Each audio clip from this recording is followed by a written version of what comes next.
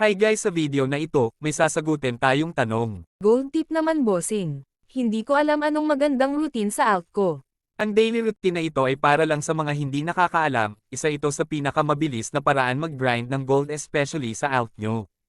Kaya kung interesado ka sa video na to, huwag kalimutan mag-like and subscribe para lagi kang updated sa susunod nating content.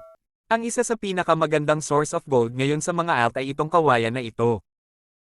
Opo, tama kayo nang narinig, kasi kung titignan natin yung presyo, mahigit 0.50 gold each ang presyo, kaya san ba natin grind? Pumunta lang kayo dito sa may gilid at bilhin ito daily gamit 150k na dart steel.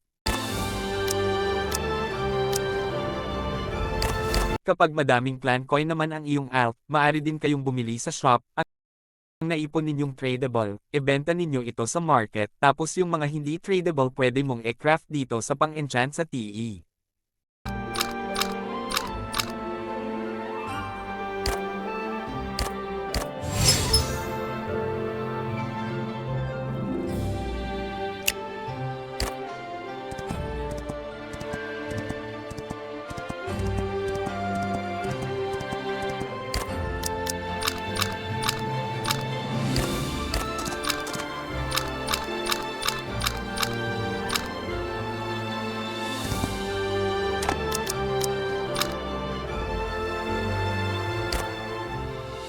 Tapos yung natirang hindi tradable, e-craft nyo dito sa pang-enchant ng TE kasi may chance ito maging tradable.